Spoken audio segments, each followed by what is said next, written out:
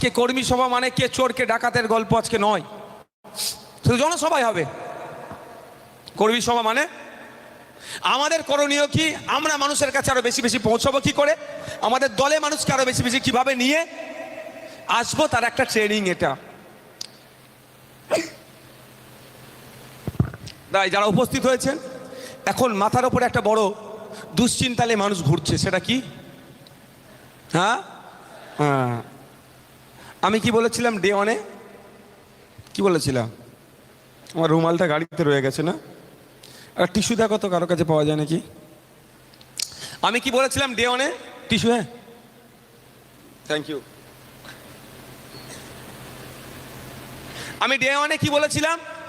SIR নিয়ে আতঙ্কিত হবেন না, আপনারা আমার বুথের নেতা, আপনারা আমাদের পার্টির মেরুদণ্ড, আপনারা যদি বসিরহাট উত্তরে নজর রাখতে পারেন সঠিক করে, আমি কথা দিয়ে যাচ্ছি আপনাদের বুথে একটা ভোটারকে অবৈধ ভোটার ঘোষণা করার সাহস ইলেকশন কমিশন অফ ইন্ডিয়া দেখাতে পারবে না।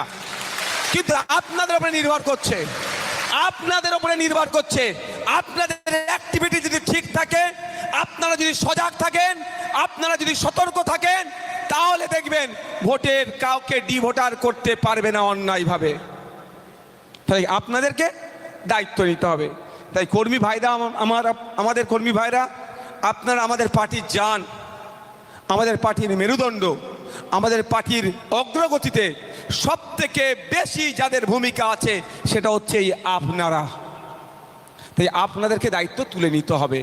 কালকে আমি একটা ভিডিও ছেড়েছিলাম, প্রচুর ভিউজ হয়েছে, মানুষ দেখেছে, কিন্তু সবার কাছে কি অ্যান্ড্রয়েড সেট আছে বলুন? নেই। ডেটা দেখবেন, গুগলে গিয়ে সার্চ করুন, ভারতবর্ষের এখন হেভি পার্সেন্টেজ মানুষ ইন্টারনেট ইউজ করে না। টোটাল ভারতবর্ষের কথা বলছি, তাহলে তার কাছে যাবে কি করে? ওয়েস্ট বেঙ্গলেও প্রচুর মানুষ এখনো ইন্টারনেট ইউজ করে না, ছোট মোবাইল অনেকের আছে, অনেকের কাছে মোবাইলই নাই, তাহলে তার কাছে পৌঁছাবে কি করে? সবাই কি আমার ভাষণ শুনতে পারবে? তাহলে আমার বক্তব্যটা কে পৌঁছাবে? কে পৌঁছাবে? হাত তুলে বলুন, আমার বক্তব্যটা কে পৌঁছাবে?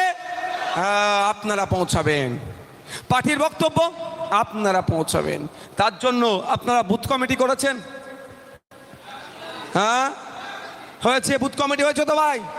বুথ কমিটির মধ্যে কি করা আছে? সিওনে একটা ফরম্যাট দিয়ে আছে, সিওন বলে একটা ফরম্যাট দিয়ে আছে। ওখানে কি বলা আছে? বিভিন্ন দায়িত্ব ভাগ করে দেওয়া আছে। ওখানে একটা দায়িত্ব সোশ্যাল মিডিয়া বলে দায়িত্ব দেওয়া আছে, মনে আছে তো নাকি? ওই সোশ্যাল মিডিয়ার ছেলেগুলোকে নিয়ে আমরা আগামী দিনের খুব তাড়াতাড়ি আমরা একটা ওয়ার্কশপ করব। শুধু সেখানে সোশ্যাল মিডিয়ার যারা আছে তারা থাকবে।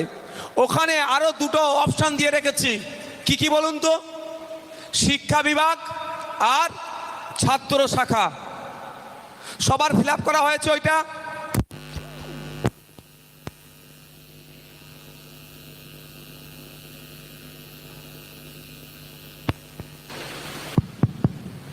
ওটা আপনারা ফিল আপ করেছেন তো নাকি?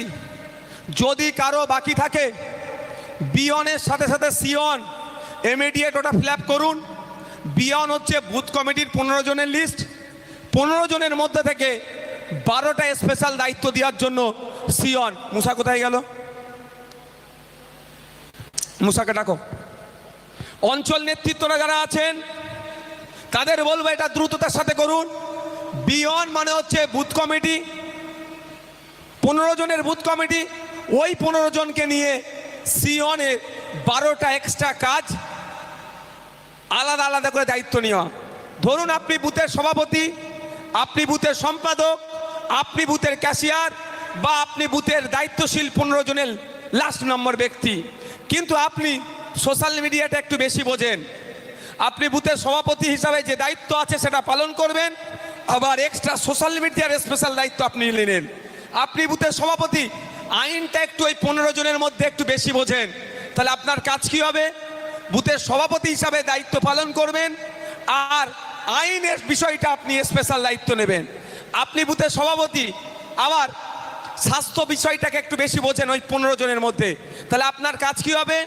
বুথের সভাপতি হিসাবে যে রোল সেটা পালন করবেন, আর এক্সট্রা স্পেশাল দায়িত্ব ওই বুথের স্বাস্থ্য সংক্রান্ত কোনো বিষয় হলে আপনি দেখবেন। ঠিক একইভাবে আমি সভাপতিকে দিয়ে জাস্ট বুঝাচ্ছি, আপনি বুথের সভাপতি, আপনি শ্রমিকদের বিষয়টা একটু বেশি বোঝেন, ওই 15 জনের মধ্যে যে বুথ কমিটি, তাহলে আপনি বুথের সভাপতি, আবার শ্রমিকদের দুর্দশার বা যেটা পার্ট আছে বুথের যা সমস্যা আপনি বেশি করে দেখবেন। মাথায় থাকবে তো নাকি? এরকমভাবে তো করেছেন। এই কটা বুথ কমিটি জমা পড়েছে?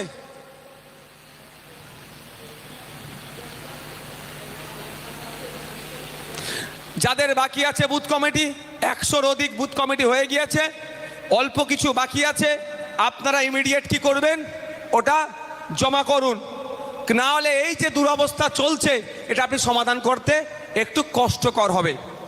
আপনারা বিভিন্ন বুথ থেকে এসেছেন, তো আপনাদের আমি আজকে এসআইআর নিয়ে একটা ছোট্ট করে একটা বিষয় বলে, আমি পরবর্তীতে আমাদের বৃহৎ আকারে ভিডিও আসবে, ওই ভিডিওটা আপনাদের কাছে পৌঁছাবে, সাধারণ মানুষের কাছে আপনারা পৌঁছাবেন।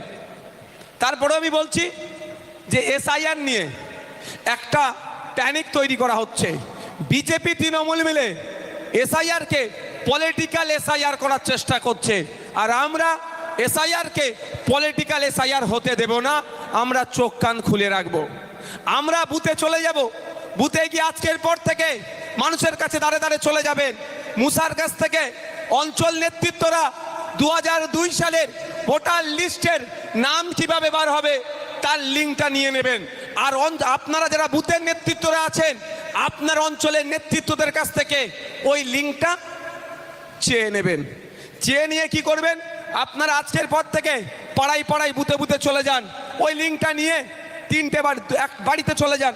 সবাই তো পরিচিতি ভাই বাড়িতে, তাই না?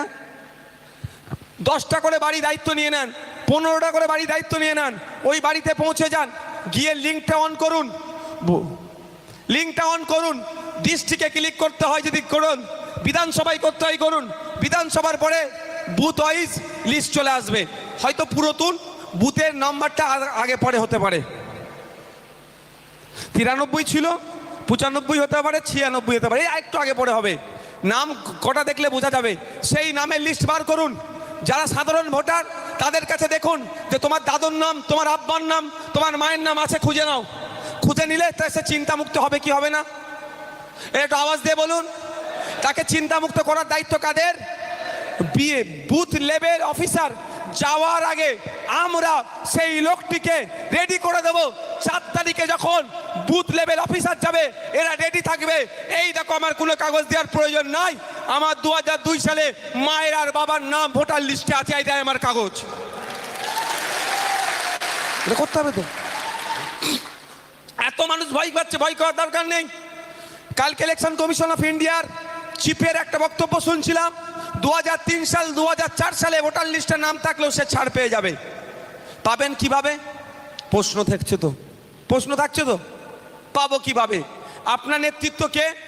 আপনার উপরে নেতৃত্ব কে? অঞ্চল তো, আপনার সব বুথের নেতা তো ভাই আমার। আপনাদের ওপরে কে আছে? অঞ্চলের নেতাকে বলবেন। অঞ্চলের নেতারা কার কাছ থেকে চাইবে? বিধানসভার নেতাদের কাছ থেকে। ঠিক আছে, তাহলে এইরকম ভাবে পাবে। কোনো অসুবিধা হলে কেউ আপনাদের বলবে, মানুষের কাছে চলে যেতে হবে। একটাই কথা, বাবু আতঙ্কিত হবেন না। পড়াতে পড়াতে চলে যাবেন, বাবু আতঙ্কিত হবেন না। আপনি বৈধ ভোটার, আপনি আতঙ্কিত হবেন না, আমরা আপনার পাশে থাকবো। একদম এই বার্তা দিতে হবে ভাই, নাহলে হার্ট অ্যাটাক করে মরবে। সব কাগজ আছে, সব কাগজ আছে।